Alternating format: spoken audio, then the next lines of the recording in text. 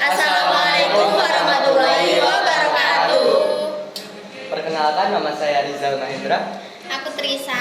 Saya Nurfaria Izana. Saya Media Wahidatur Rahma Azura. Saya Gading Afiansyah Putra. Kalian tahu nggak berita yang lagi hangat-hangatnya dibahas nih sama rakyat Indonesia? Apa itu? Ya, apa ya? Aku tahu. Apa? Arya, tahu nggak Arya yang pembacokan itu? Apalagi ya? Apalagi? Amar Zoni nggak sih? Bukan tawuran pelajar itu. Oh ya, bisa. Terus ada juga kemarin itu Kanjuruhan. Yang lagi rame itu ya. Apalagi? Kalian tahu nggak kalau yang kalian sebutin itu contoh-contoh kasus kekerasan? Nah, menurut kalian nih definisi kekerasan itu apa sih? Kekerasan ya. Kalau menurutku itu kekerasan ialah suatu sentuhan kepada kalian atau manusia. Nah, itu dapat menimbulkan sebuah baik bentuk fisik maupun bisa juga mental, ya kan? Iya, masuk. Kalau menurut aku ya, itu tuh kekerasan itu sebuah tindakan negatif yang itu nantinya itu akan berdampak buruk bagi orang yang ada di sekitarnya. Ya benar katanya Rizal tadi, baik itu ada kekerasan fisik ataupun mentalnya itu juga termasuk kekerasan. Kalau menurut kamu gimana? Nah, kalau menurut aku itu sebenarnya hampir mirip sama Rizal sama Iza. Jadi kalau kekerasan itu perbuatan yang merusak fisik atau yang merusak barang orang lain. Orang lain ya, oke. Menurut kalian sih benar semua. Cuman menurutku sih kekerasan tuh ditimbulkan dari seseorang atau sekelompok orang. Nah, dan itu pasti bersifat keras dan merugikan orang lain. Iya, Itu sih gitu. Iya. Jadi kekerasan itu bentuk yang dilakukan oleh individu atau kelompok yang dapat menimbulkan kerugian bagi orang lain yang memiliki 3 bentuk nggak sih? Iya, kekerasan emosional, kekerasan fisik, sama kekerasan seksual. Iya. Nah, aku tadi tertarik sama contoh kasus kekerasan yang disebutin sama Iza. Iya ya. Yang Arya. Arya tadi. Nah, menurut aku kasus Arya itu termasuk kekerasan fisik nih. Kalau menurut kalian gimana? Ya, kalau dilihat-lihat ya dari kasusnya yang masih hangat sekarang ini ya, bisa dikatakan emang kekerasan fisik, tapi juga ada pengaruh mentalnya juga kan pastinya, iya kan? Iya, betul banget. Bentar dulu ya.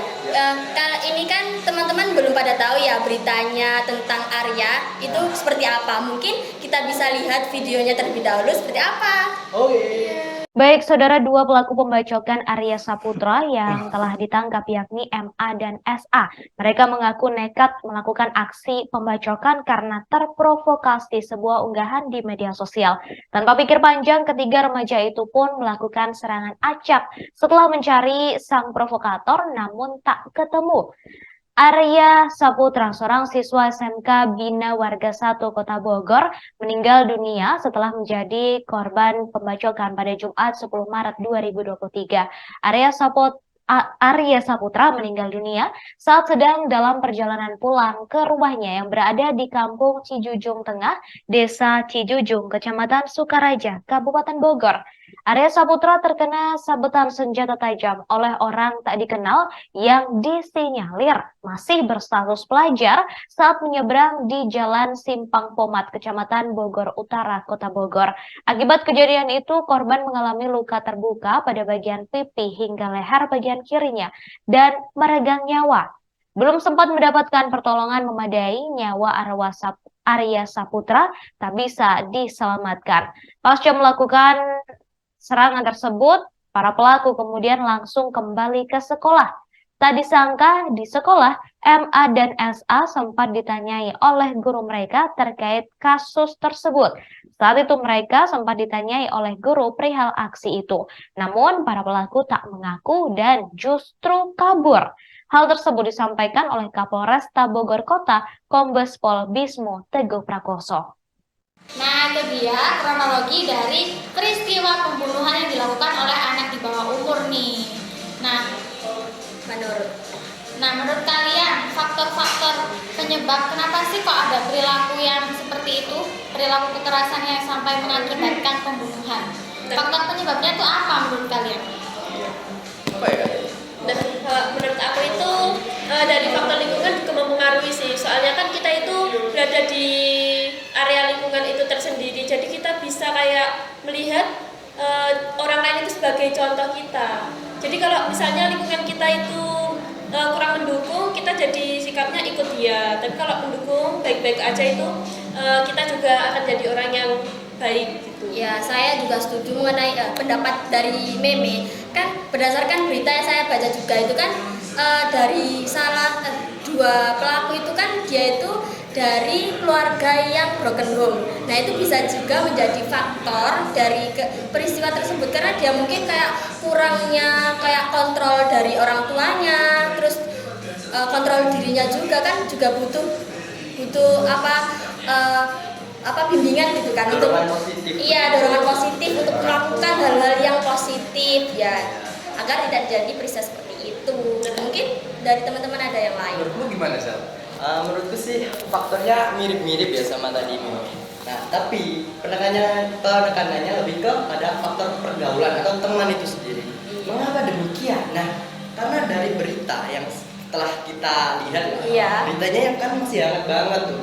Jadi bisa dilihat bahwa tidak dilakukan oleh seseorang saja, tapi beberapa orang, dan itu masih ada juga yang masih buron. Mengapa demikian? Karena pergaulan itu sendiri yang kurang terarah. Jadi sebaiknya kita juga harus tahu pergaulan itu mengarah kemana, ini baik atau enggak begitu.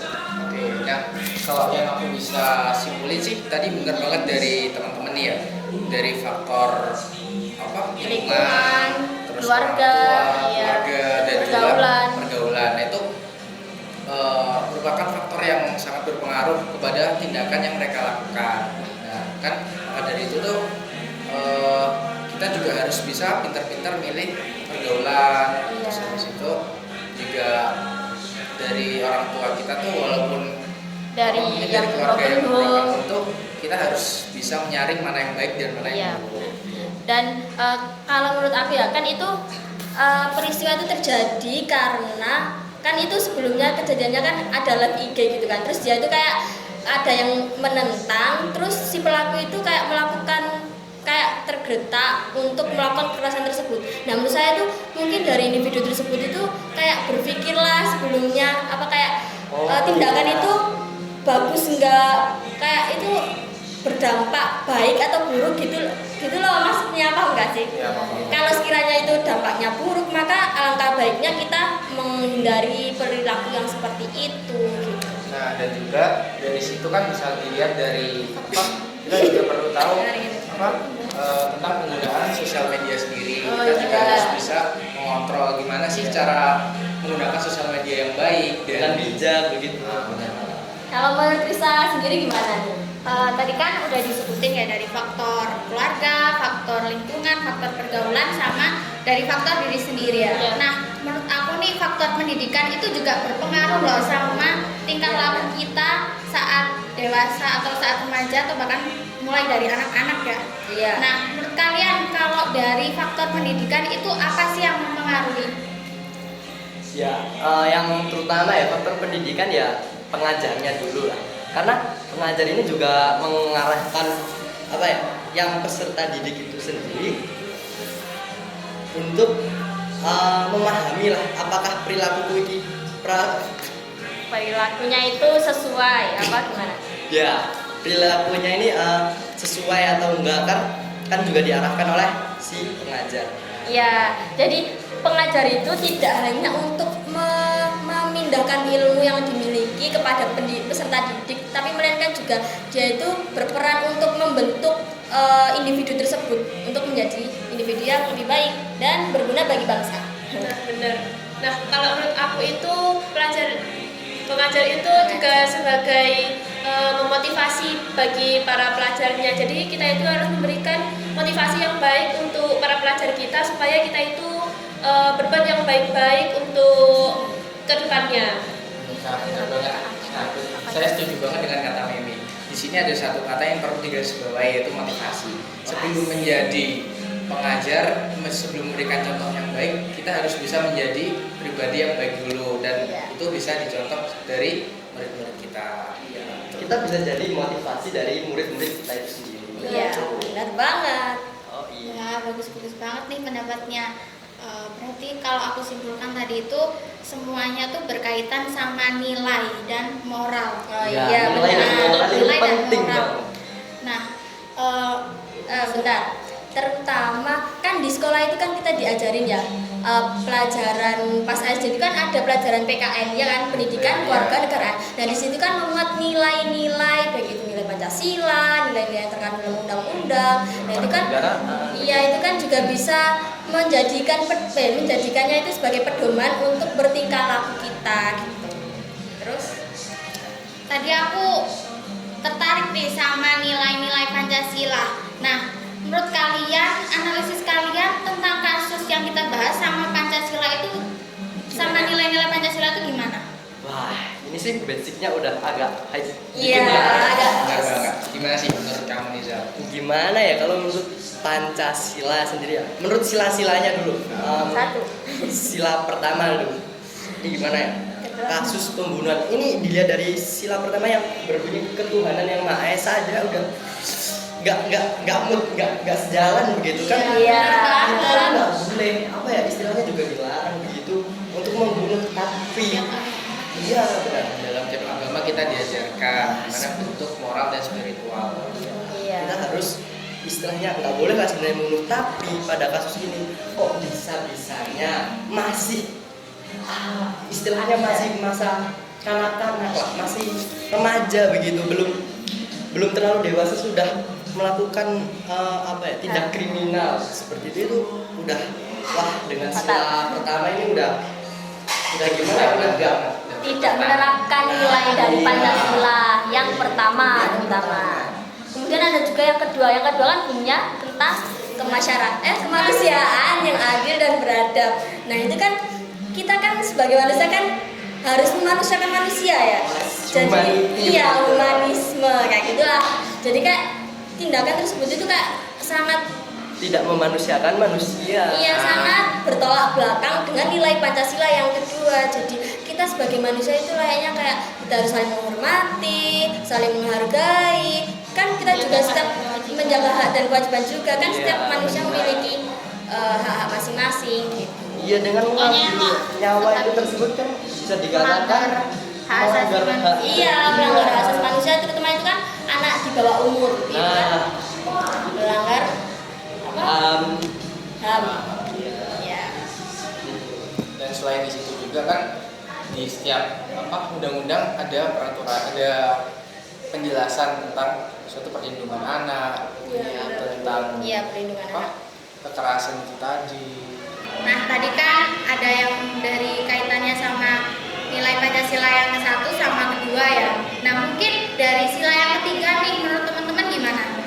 Nah, menurutku nih dari sila yang ketiga, dari sila ketiga itu juga berkaitan sama kasus yang terjadi tadi kan. Nah, sila ketiga itu berbunyi Persatuan Indonesia. Perlu kita ketahui, kita itu dari banyak ras, banyak suku, banyak agama, budaya. Nah, itu kan kita kan berbeda-beda dari asalnya berbeda-beda. Gimana tuh kita dari sebagai bangsa Indonesia tuh harus bersatu, bukannya malah saling bertengkar satu sama lain gitu. Bener banget tuh tadi sila ketiga kan ya. Nah, mungkin teman-teman ada lagi yang menghubungkannya dengan sila ke berapa gitu, keempat mungkin apa ada? Nah, kalau menurut aku sila keempat itu yang berbunyi kerakyatan yang dipimpin oleh hikmat kebijaksanaan permusyawaratan perwakilan itu berkaitan dengan kasus si Arya. Karena contohnya itu kayak kalau menurut sila keempat itu kan kita tidak boleh memaksakan kehendak orang lain. Nah, mungkin dari pelakunya itu kan sendiri bukan dari satu orang. Mungkin ada satu orang itu yang memprovokasi sebagai teman-temannya Kayak mengajak gitu kan. Mengajak ke keburukan. Iya. Nah, itu kan termasuk memaksakan kehendak orang lain gitu. Dan bertentangan gitu. Iya. Mungkin dari teman-teman dari kan Pancasila ada 5 sila nih. Yang 1 udah, 2 udah, 3 udah, 4. Nah yang terakhir nih yang kelima. Pastinya ada ya. Apa tuh? Mungkin dari Siapa yang mau Nisa nih. nambahin? Ya. Kalau menurut aku ya, kaitannya sama nilai kelima dari Pancasila ini kan keadilan sosial bagi seluruh rakyat Indonesia. Menurut aku itu ada lagi fokus sama respon pemerintah terhadap kasus ini. Kayak contohnya hukum yang diberlakukan untuk pelaku dari kasus ini. Misalnya nih yang aku baca ya, dari tuntutan penyidik, dari tuntutan penyidik dan tuntutan penyidiknya itu memberatkan beberapa undang-undang, khususnya untuk karena ini kan pelakunya kan tiga pelaku, nah dua diantaranya itu masih di bawah umur. Nah, menurut aku hukumnya itu ya lumayan lah untuk pelaku di bawah umur. Ya, jadi kan ini juga hukumnya itu kan belum pasti, belum Ya, masih divonis. Jadi berkeseimbangan. jadi kita juga belum bisa menentukan apakah hukuman itu Sudah adil gitu. sudah sah atau sudah adil. Tapi juga dalam nilai Pancasila yang kelima itu juga ada keterkaitannya dengan peristiwa tersebut, karena pemerintah itu juga harus bersikap adil dalam menangani kayak peristiwa-peristiwa yang dialami oleh masyarakatnya. Nah, jadi kayak setiap sila-sila Pancasila itu berkaitan dengan kasus yang kita bahas ini ya teman-teman. Mulai dari perilaku individunya, respon pemerintah terhadap kasus ini juga berkaitan, terutama di sila yang kelima tadi ya. Ya berarti dapat dikatakan bahwa kasus ini semuanya bertentangan dengan sila-sila yang ada, baik sila pertama, kedua, ketiga, sampai ke. Mengapa demikian? Nah, kalau menurut pandangan aku itu hal itu bisa terjadi karena kayak penguatan nilai-nilai Pancasila di sekolah itu masih kurang. Jadinya itu kalau ketika seorang pelajar itu nilai-nilai Pancasilanya itu kurang, kita itu menjadi bertentangan ya sikapnya sama yang ada di dalam Pancasila tersebut. Benar banget tuh. Ya, jadi masih begini begitu ya. Iya, jadi selain Gimana? selain kayak kita mempelajari Pancasila, kita juga bisa kayak menerapkan nilai-nilai tersebut itu di kehidupan sehari-hari kita. Bukan hanya Nggak hanya di belajarnya kelas. saja. Benar sekali. Nah, maka dari itu di sini kita kan di bangku sekolah, dan gimana sih pentingnya pelajaran pendidikan Pancasila itu sendiri. Nah, maka dari itu kita sebagai pelajar, khususnya pelajar, itu harus pandai-pandai menyerap apa yang ada dalam kandungan Pancasila itu sendiri. Benar sekali. Nah, dari berbagai faktor sama keterkaitannya dengan nilai-nilai Pancasila nih, kita sebagai calon pendidik ya, menurut kalian bagaimana sih contoh pencegahan supaya kekerasan, baik kekerasan fisik, kekerasan emosional maupun kekerasan seksual itu tidak terjadi di masa depan? Gitu. Yuk. Kalau menurutku sih, kita tuh sebagai pendidik juga harus memberikan motivasi kepada peserta didik. Kalau menurut aku sendiri itu kita sebagai pendidik harus memberikan penguatan karakter bagi peserta didik. Bisa juga dengan menerapkan kebijakan-kebijakan yang ada di sekolah. Dan juga sebagai pendidik kita juga bisa menerapkan sebuah nilai-nilai moral ataupun agama pada peserta didik agar dia terhindar lah dari kegiatan-kegiatan yang dapat dikatakan itu negatif atau seperti itu. Nah, kalau menurut aku kerjasama antara pendidik dan orang tua atau wali murid itu juga penting supaya orang tua dan pendidik itu bisa mengontrol sikap maupun karakter anak-anak. Benar. Ya, benar sekali.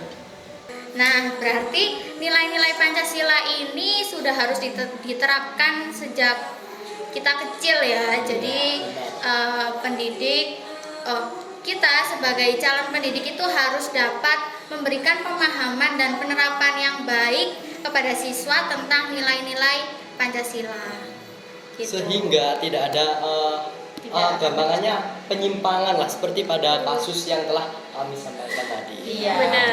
Nah, kayaknya pembahasan kali ini tentang kasus yang lagi viral nih udah cukup banget ya.